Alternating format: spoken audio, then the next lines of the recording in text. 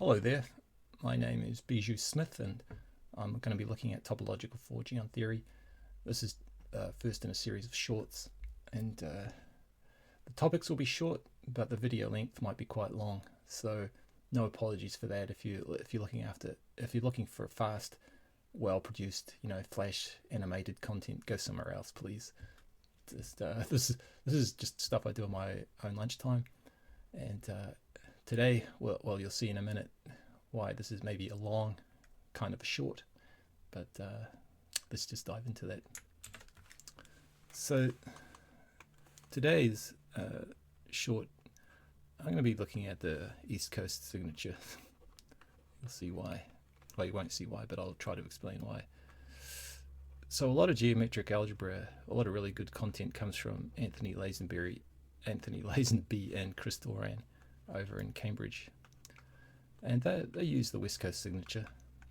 It's what particle physicists tend to use, which is going to be a positive for the time and negative for the space. And so what I'd call that a Clifford algebra 1, 3, 1 positive, 3 negative. And so that convention is to use frame basis vectors orthogonal and satisfying that normal type of Clifford algebra with the most normal conventional quadratic form. And I'm going to try to do things with the East Coast signature. I hope I get the spelling for this guy's name right, Dr. Bill. It's a pretty good character if you go look him up. But unfortunately, he doesn't give a whole lot of quantum mechanics in his stuff, but it's what you can find from him is pretty useful. And he and Peter Voigt is also another guy who advocates the East Coast signature, but Pisaglia, to my knowledge, gives some of the best arguments for why it's the correct signature for physics. I'll show you why it's a little bit unfortunate for me, because I always do the gamma naughts, and so I'm going to have to unlearn this and train myself to it's just sort of for aesthetics really to use gamma 1, 2, 3, 4 instead. I know this is very anti C++ Python to start at 1, but whatever. Okay, now Pisaglia shows that electromagnetism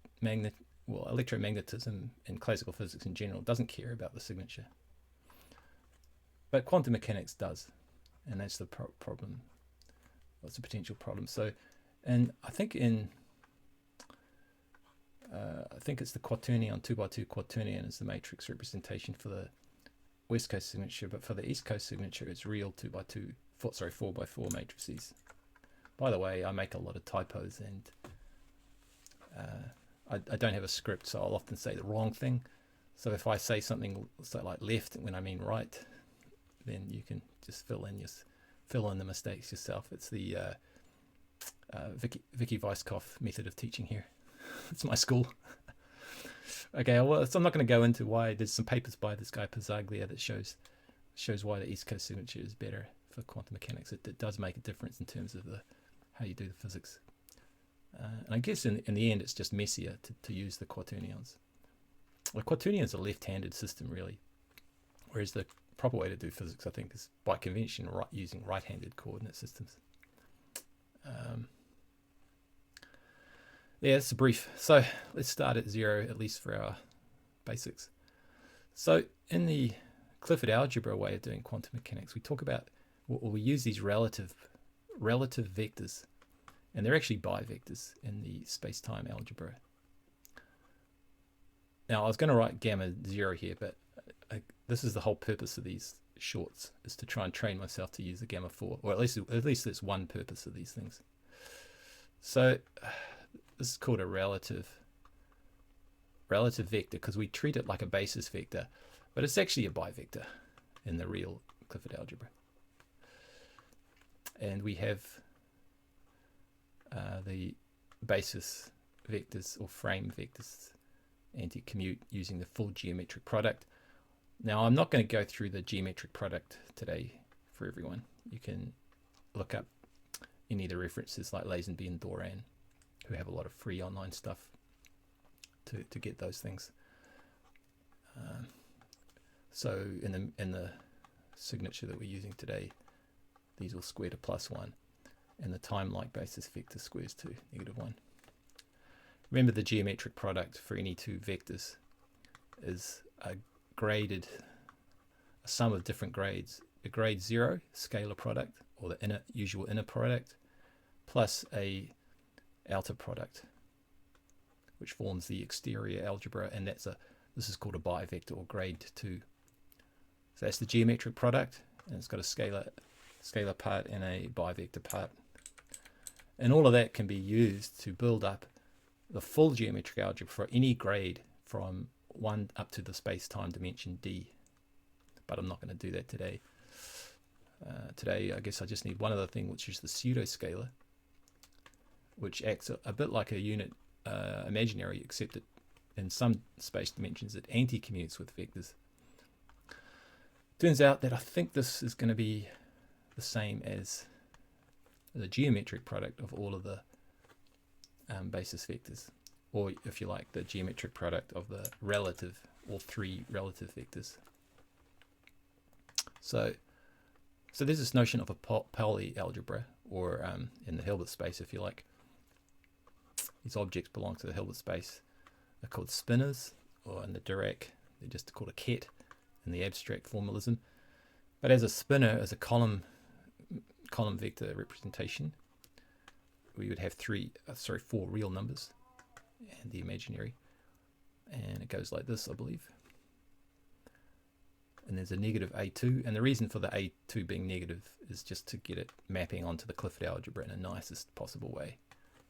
So that's just a column vector in the complex numbers, and that maps to, in the Clifford algebra, something very simple, which we're just going to call, it's going to be called a multivector, psi. It's just the scalar part plus the linear combination of the relative vectors, but with a pseudoscalar. And that will belong to the even, so plus for even here, Clifford algebra 3,1, I guess I'm using. Okay, so probably you want to check that maps correctly, right? And along with that, there'll be a couple of other things that we want to look at. And I'm not going to look at everything, but again, in the Hilbert space or Pauli algebra,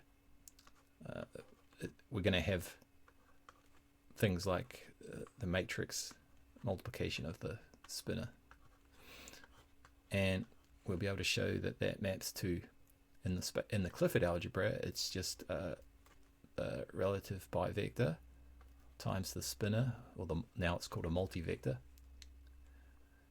and times a sigma 3, I think. Now the cool thing about all of these is they all belong to the Clifford algebra. So they're all very simple geometric objects. And there's no need to separate things into spinors and matrices and all that sort of thing. We can always make this dictionary translation here to a Clifford algebra whenever we want to.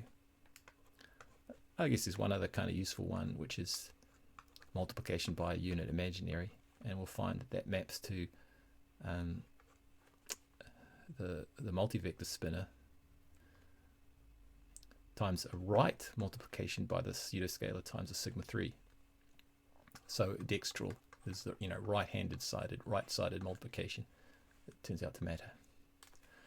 Now, one slightly mysterious thing is the appearance of the sigma 3. Why? Doesn't that break some kind of space-time or Lorentz invariance? And the answer is no, because we're doing quantum mechanics, so we're always thinking about some sort of spinning particle here. So it has some spin.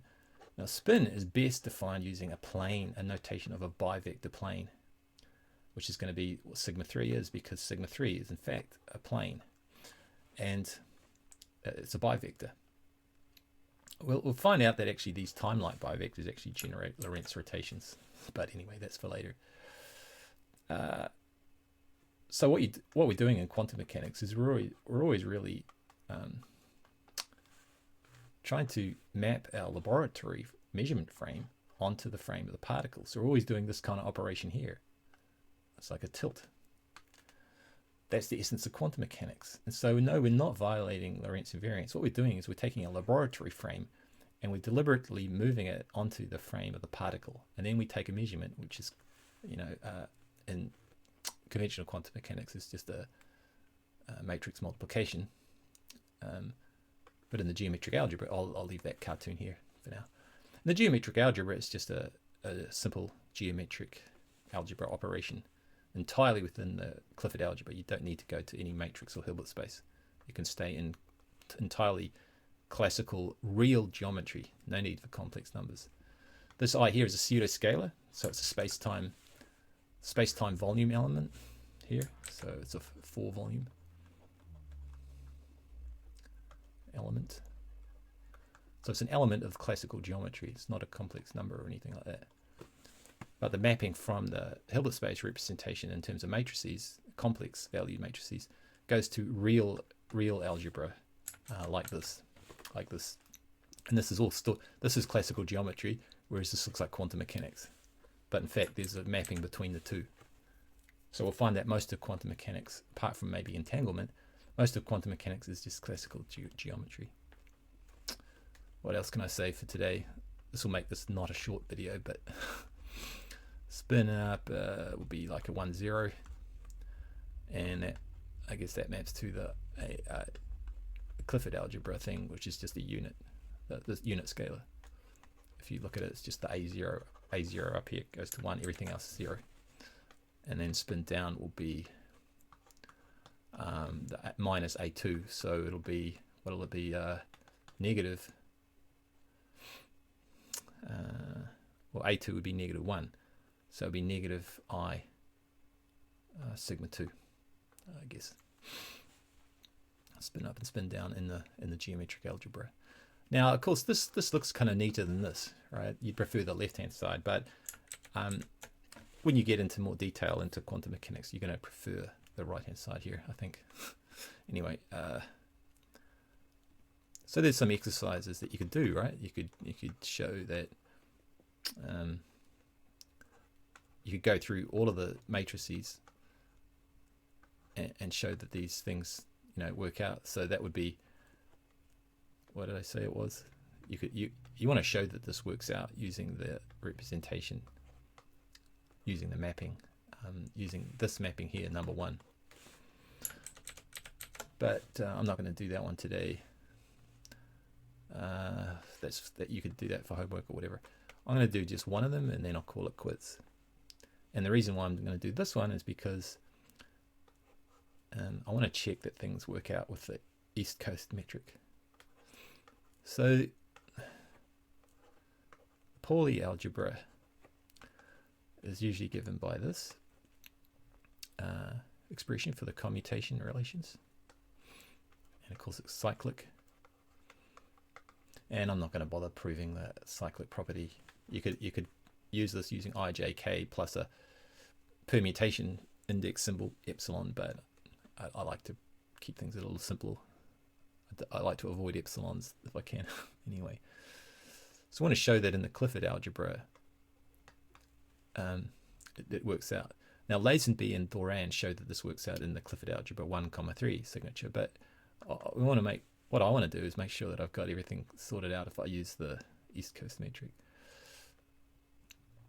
And in the Clifford algebra side, we want these relative vectors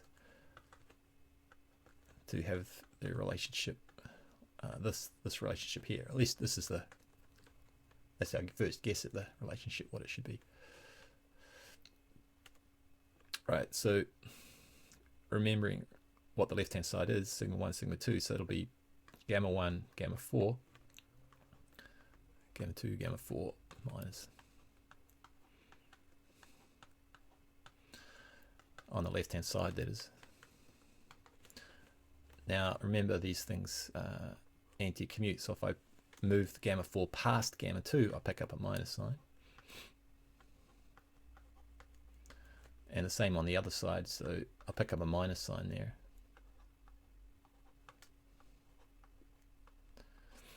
And remember, because we're in the East Coast signature, this squares to -1. So we've got a cancellation of negative sign there. And on the other side, we pick up a negative sign from this. And again, because of the Clifford algebra, these things anti-commute, and so it's just 2, gamma 1, gamma 2. And then we just have to check the right-hand side. And sort of go backwards if you like. I sigma 3 is what we had there. Now, you could do this, you could use a whole lot of shortcuts for these things, like sigma 1, sigma 2, sigma 3 equals gamma 1, gamma 4, gamma 2, gamma 4, gamma 3, gamma 4, and, you know, permute the gammas around. So it's, oh, that's a 4 there. So you get rid of one of them. You get gamma 4, gamma 2, gamma 3.